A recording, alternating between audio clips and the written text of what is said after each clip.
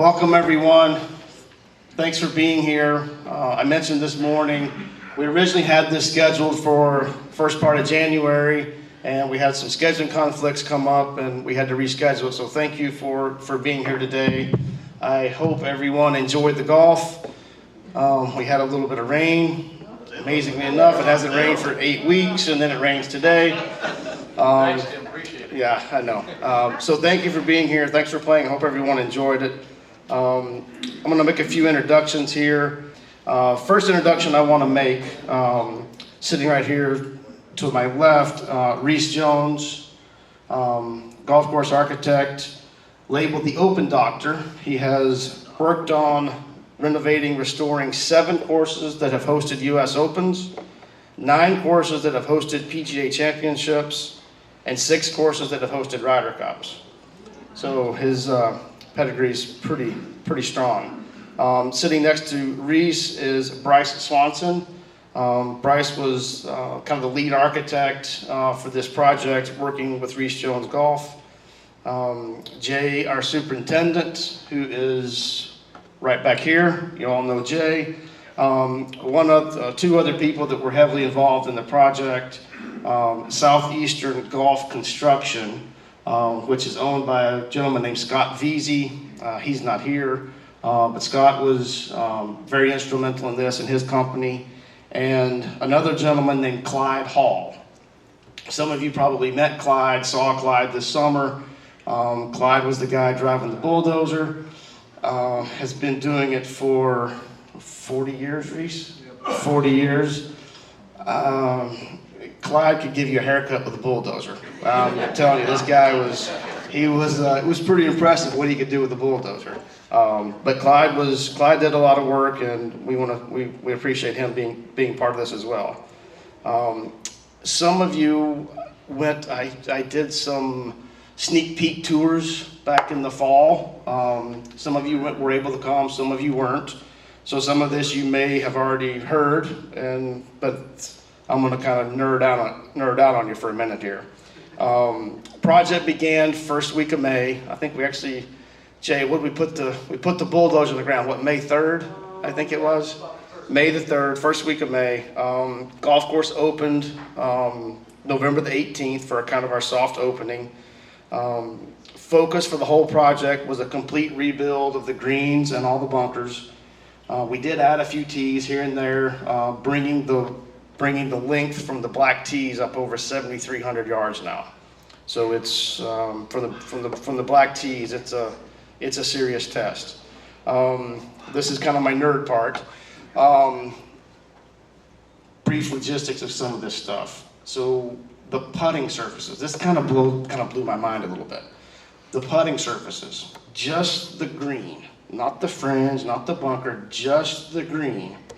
320 tons of material per green. Wow. Per green. So those of you that are here this summer, you saw all the sand, all the gravel that was in the parking lot. So 320 tons. By law, a dump truck can only carry 20 tons of material on the road. So it's 16 dump trucks to build one putting surface. We did that 18 times. I looked it up, a dump truck's 18 feet long. It was like 1.5 miles of dump trucks just to build the putting surfaces. So it's the fact that we start this in May and open in November, it's a real testament to these guys and the construction company. I mean, they know what they're doing, and it made me twitch a little bit because they kept filling the parking lot full of stuff, and I'm like, where's it going to go? But it was pretty impressive. 30 truckloads of sod, and when I say truckload, I mean semi-trailers full of sod. They get all this unloaded, they get it on the ground in the same day. Because we got to get on the ground, Jay gets the water on it, it all happens. It's pretty impressive what they do. I'm going to kind of move into a few questions here. My first one, my first kind of statement was for Mr. O'Malley. I've heard a lot of members, say we owe a big thank you to Mr. O'Malley. I was really hoping he would be here tonight to, we could kind of recognize him. But I think even without him being here, I think now's a good time for us to say, thank you for Mr. O'Malley for his investment in this, for his support of the club and his support of the membership.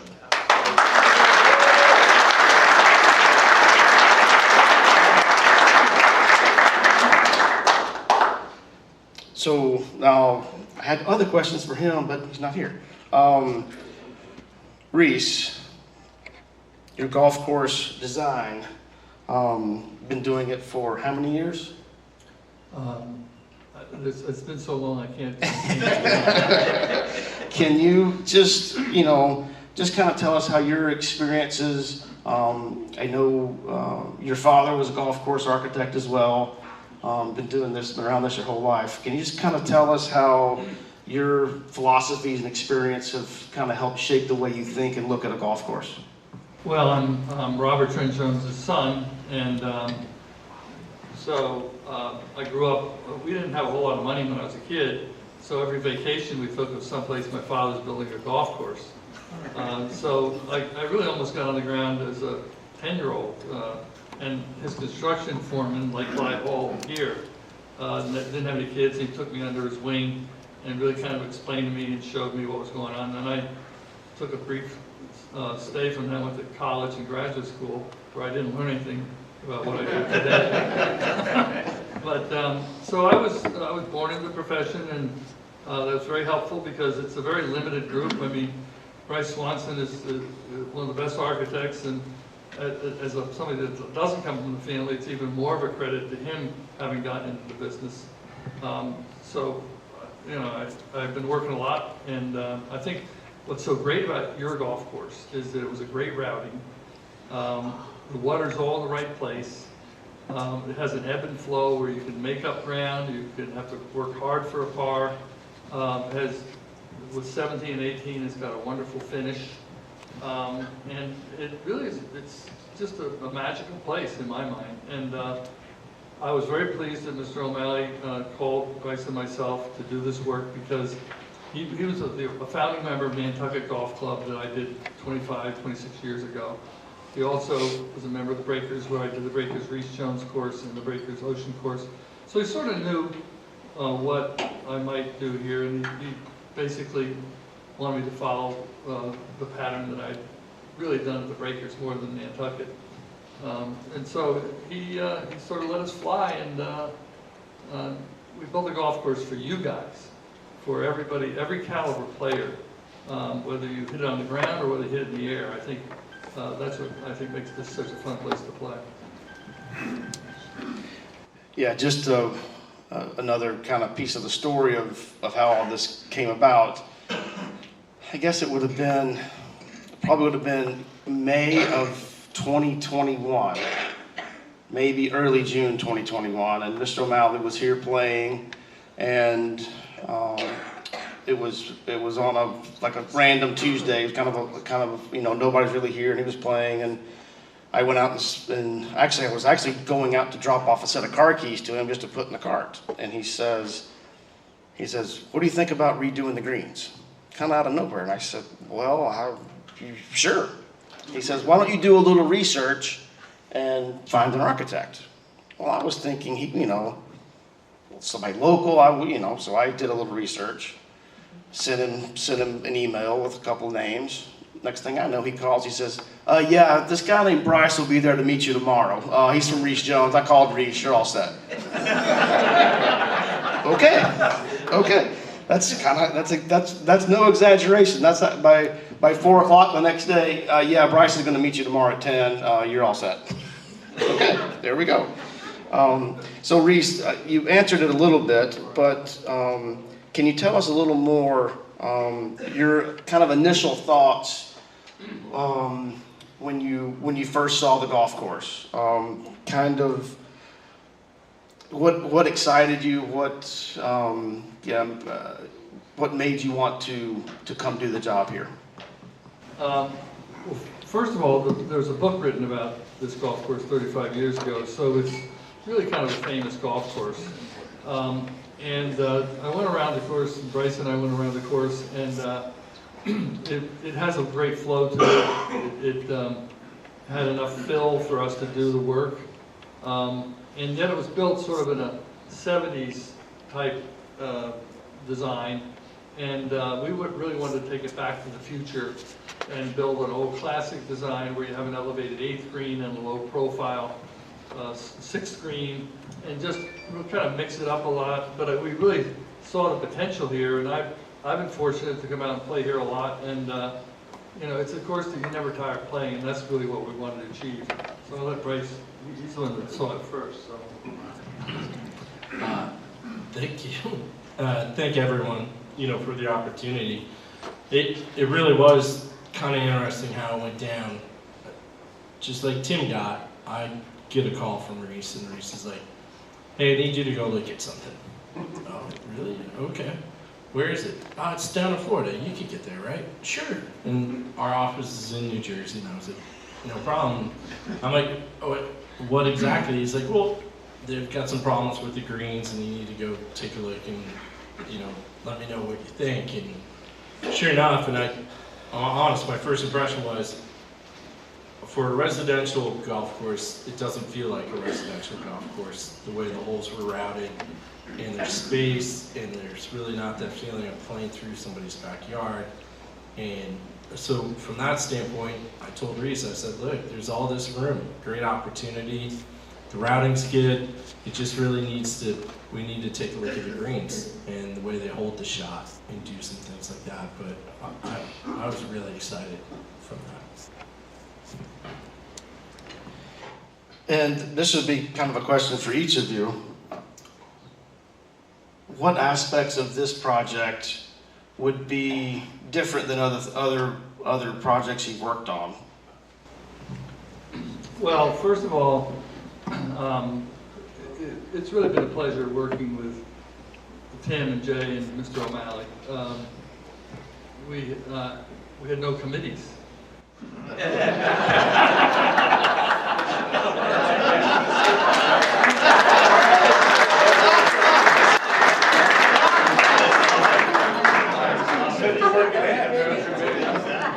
But I think that, you know, the fact that Tom had seen our work and knew our work, and I have to say, working with both Tim and Jay was just such a pleasure.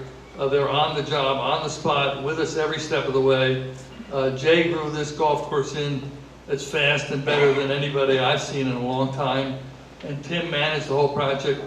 We had supply chain problems, we had trucking problems, we had materials availability problems, we had sod availability problems, and yet we still got through all that and got it open in November, which I think is a real credit to both Jay, Tim, and Scott Rees.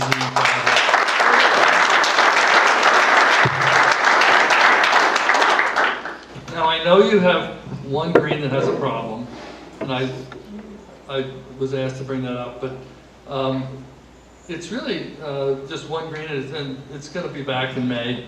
So I think that it was just a matter of some shade, just maybe trying to get it a little tighter in the beginning. So, but I think that's going to be fine, because honest to goodness, when Jay grew this in, and we had two of the projects going on in Florida, the Breakers, which was a little bit behind schedule because we weren't, but Jay grew it in as fast as I've ever seen anybody. So I just a real credit to Jay.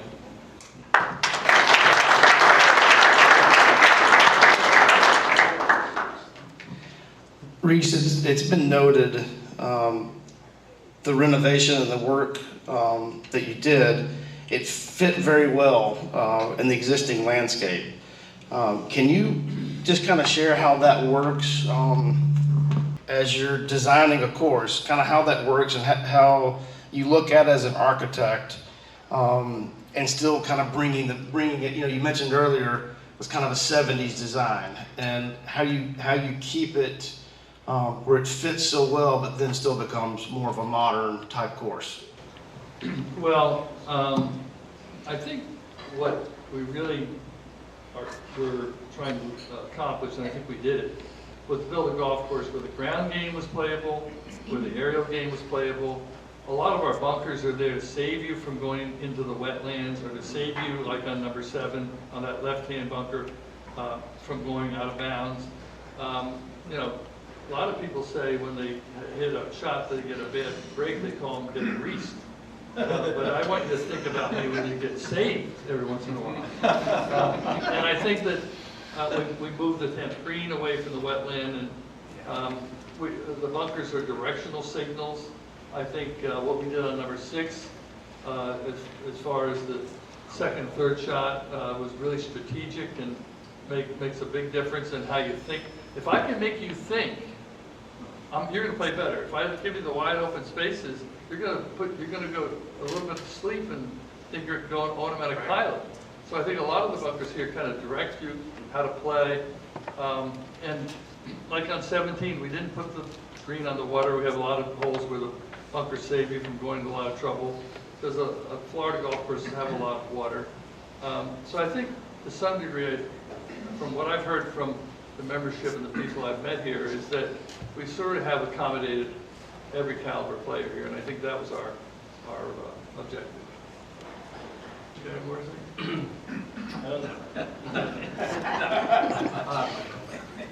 So that's a great segue into the next question. As we all know, the game of golf has changed over the years, especially the last probably 15, 20 years. The ball goes further, clubs are more forgiving. How do you, kind of big picture, how do you account for that, when you're looking at a golf course? And then kind of specifically here, how did you, I know you mentioned something about kind of the ground game and having some of that. But just kind of what are your thoughts on that? How golf courses are built now with the way equipment has changed over the years. Well, the equipment has changed. The ball especially is hotter, and the manufacturers are building clubs with lighter shafts and heads that are springboard the ball off. Bryce and I were in the Bahamas yesterday, the day before, and I got this new Titleist driver. My goodness, I was young again. The ball came off that club unbelievably well.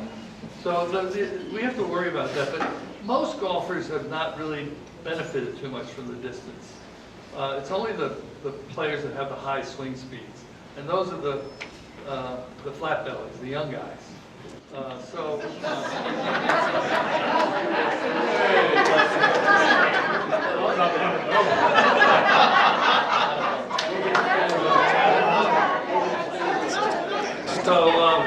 I think we really designed this without really trying to get too much length, and it has championship length. I know that there will be Florida tournaments here because with the greens angles, the green contours, where you can put the pin for a championship day, where you can put it for the everyday play, you have a golf course that accommodates every caliber player. So, and I've played out here several times this winter, and I really have to strategize differently on a lot of holes depending on where my tee shot goes.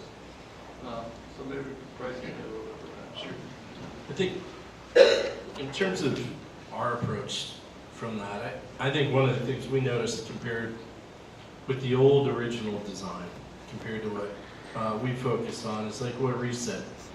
As much as technology maybe has changed it for some people, the reality is the game's still a difficult game to play. And one of the things we wanted to try to address was some of the unfair rub that would occur out there at times, with the greens at times being so perched up or elevated. They didn't necessarily hold the shot or receive the shot from people. So, as Reese talked about, you'll see we worked really hard to change the look, orientation of the greens, but the contours within the green surfaces at times, you don't necessarily have to hit at the hole. There's a slope or a contour out there at times that will help feed the ball down to it. Like 13, for instance. 13, we did some nice things, but then we also took advantage of some unused space behind the green, and I think it's turned into a really dramatic par 3 that's quite different than the other ones. But like today's hole location was just kind of down the little ridge over the bunker, but if you hit a little bit to the right and you happen to catch the right spot, your ball will feed down. And I think those are the little subtleties that we really focus on.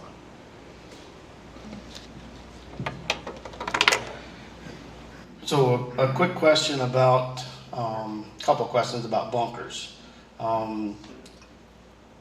specifically, Reese, the first day that you were here, and you and I took a ride in the cart. We're riding down the sixth. You remember us riding down the sixth fairway, and we're riding along talking, and you see the little pond to the right, and you said, "Well, where does this come from? We got to put a bunker here," and we did, and it's, you know, we have to have something to tell the golfer not to go over here. Bryce, the bunker on number 10 here. On number 10, remember you and I spent a lot of time talking about that bunker as a kind of a carry bunker. Just a little bit on the bunkering, where you place them, that maybe not necessarily in play all the time, but are kind of target, bunkers that help frame the hole, and the scalloped edges of the bunkers. Is that the scalloped edge? Is that more aesthetics, or is there a functional challenge to that? Well, that's a big question. I mean, a lot of answers to that. But the scallop, the irregularity of the bunkers is really copied from the dunes. If you've ever driven to Montauk and looked out at the dunes going out to Montauk, you can see all these little cavities and the grass coming down, and it's irregular. So this is an old style classic bunker that the original architects found, like at St. Andrews. They found these hollows and pockets, and that's what they look like. So they're really classic old style natural, what I call windswept bunkers. Another thing that we did is we didn't build these massive bunkers around the greens, or massive bunkers with big noses where you might get behind the nose and have a hard time forwarded very far. So we built bunkers for a purpose, for a strategy. We pitched all the bunkers around the greens uphill. All the fairway bunkers are pitched uphill. When this course was built originally, you didn't have the hybrid clubs. So now you can really, out of most of the fairway bunkers, you can take a hybrid club and hit the ball a pretty good distance. And then also, we built bunkers so you wouldn't go into the wetland, or you wouldn't go off the property. We also built bunkers in the fronts of the greens and the sides of the greens that made you think about whether you went to the opening or whether you want to carry them, depending on your tee shot. I think that the beauty of this golf course is that, depending on the pins, you're going to have a different golf hole every day of the week. And the one thing, the pros only go for 4 or 5 pins in their rounds. What you're going to have to do, like on number 9, when the pin is left and you didn't hit a good drive, hit to the right side, 2-putt. Bryson DeChambeau, we talked before the Open at Torrey Pines. I did that course completely over, and he comes up to me, it's Reese. This is the last Open they had there, 2021. He says, Reese, I'm not going to play the course the way you designed it. I said, oh, what are you going to do?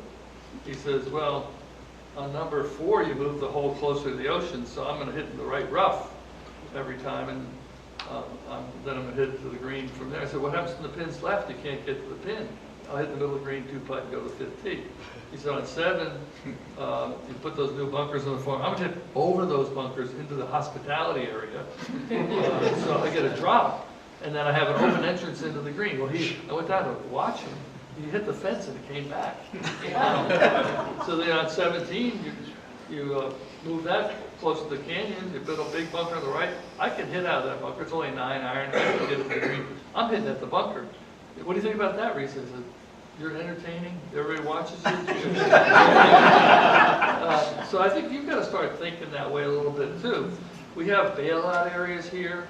We have areas where you can miss it and you can putt off the fairway and make your par.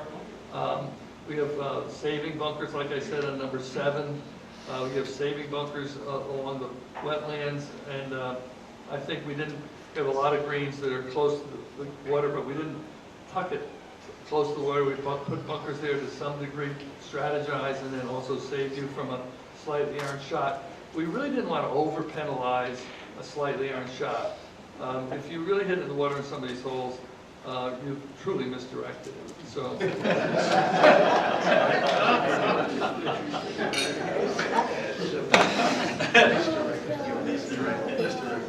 Reese, the greens that we have now after the renovation, previously, the greens were all kind of a circle, oval shape, relatively flat, with the exception of the previous 13th green and maybe the 14th green that had a little bit of left to right, right to left slope in them. There wasn't a lot of undulation to them. The greens now have what I would describe as kind of a subtle undulation. Can you describe your thoughts behind that? Specifically, like maybe number 4, number 9, number 13, number 16, kind of how those undulations work. Well, I'm gonna let Bryce answer that because he just played it and I wonder how he did. But green contours are a form of hazard.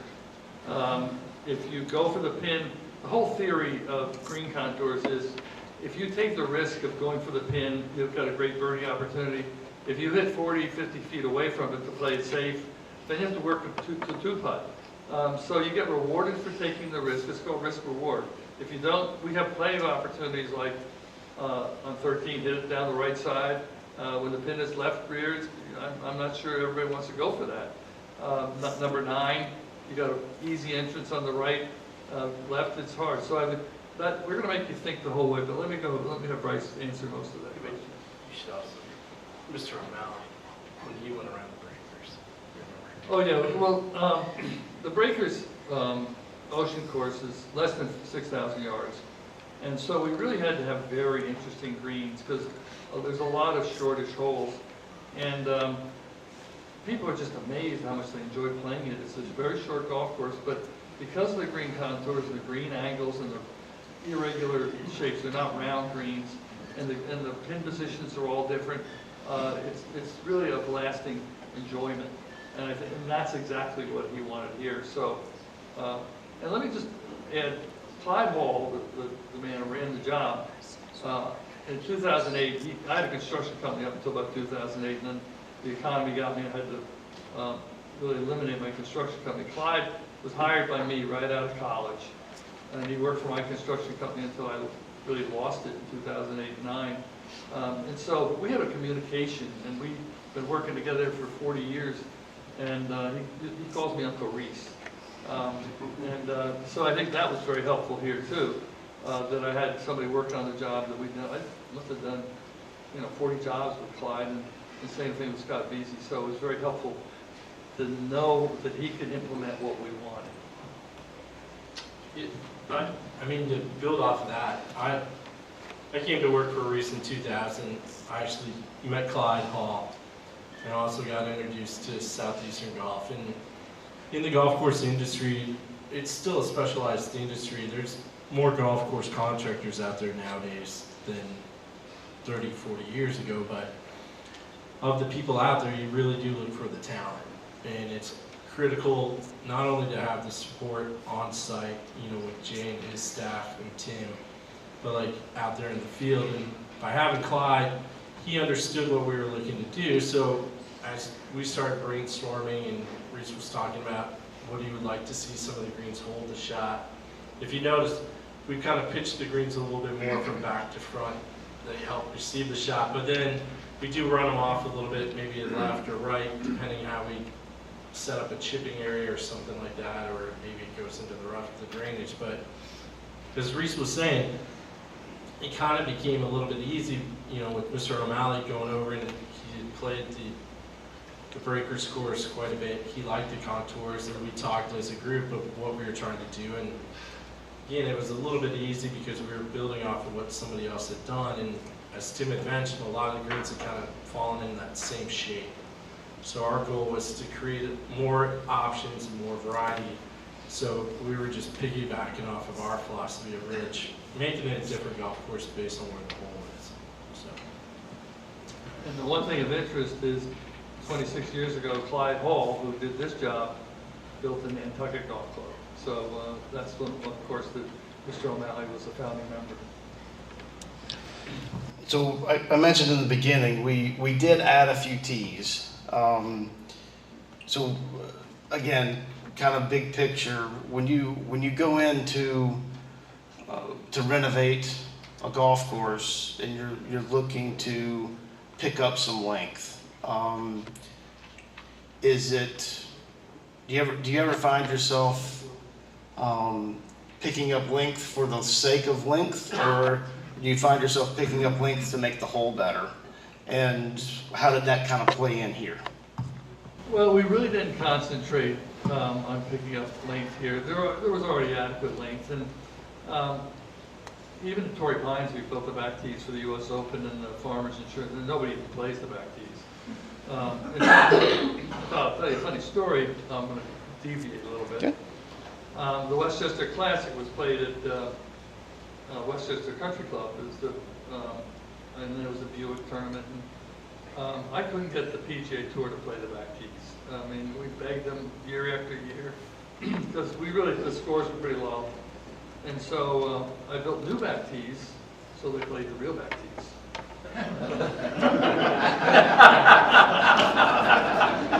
And so, I mean, I think what we really did, we really wanted to make the tees so that every caliber player could play here, we could mix it up. And I think that the forward tees are almost more important for Florida golf courses than the back tees. Okay. And what are your, this was actually a question that came from one of our members. What are your thoughts on a renovation of a golf course versus restoration of a golf course? Meaning you renovate it versus restoring it to its original design. It's a good question, but it's hard to answer. It all depends on what course you're restoring.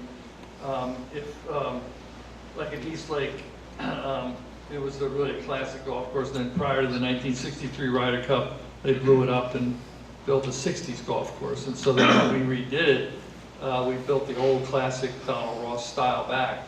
So, and I think what you do is, like at Brookline, a lot of changes were made, and I restored those 3 greens back to what they were before.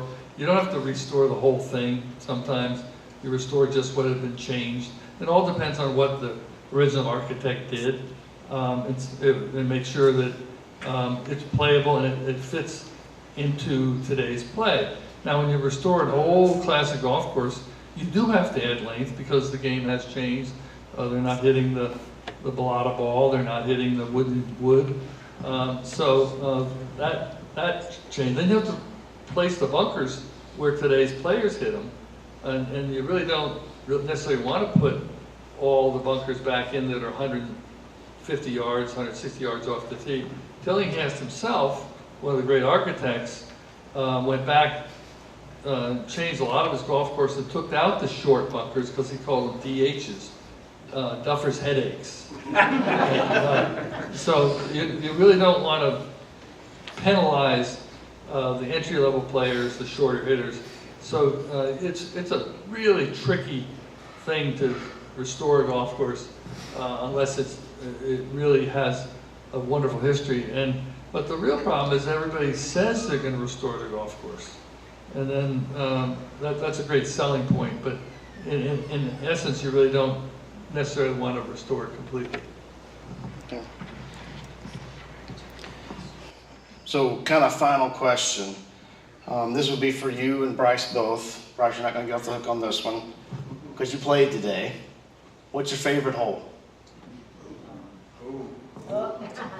Like I said, you're not going to get off the hook. You know, my father used to say, they keep asking me, and I don't have a favorite child.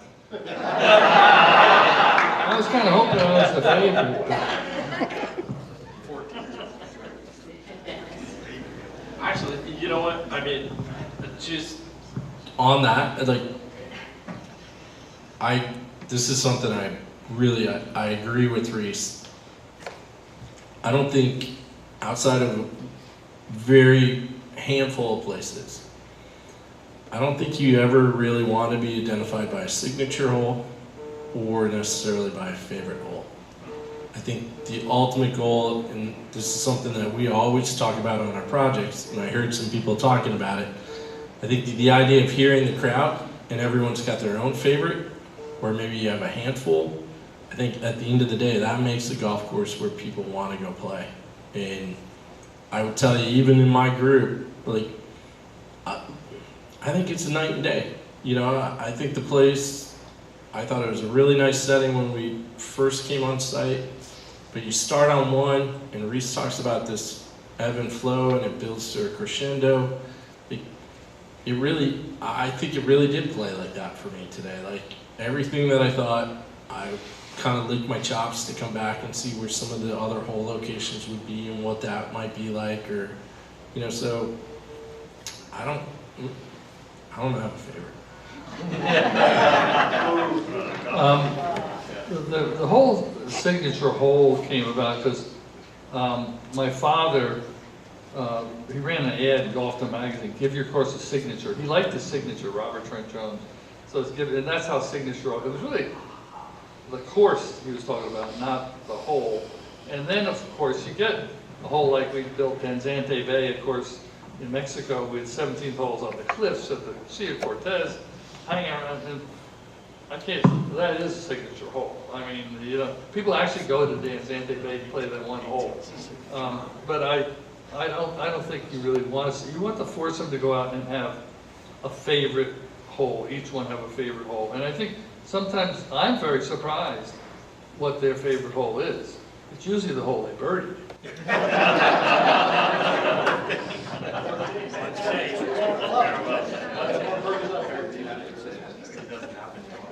Well, that kind of wraps up the questions that I have.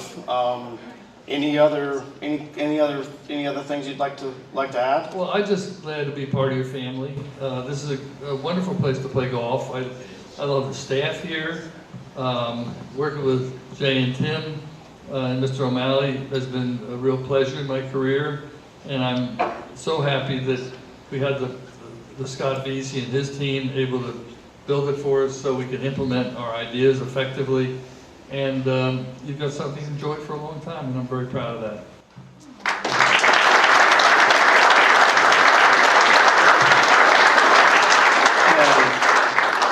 Mr. O'Malley, he did ask me, not only, he asked me at the end to thank each of you, to thank the membership for your patience as we've, you know, it doesn't go unnoticed that we did have to close the golf course for a significant time to get this done, and he wanted me to pass along his thanks.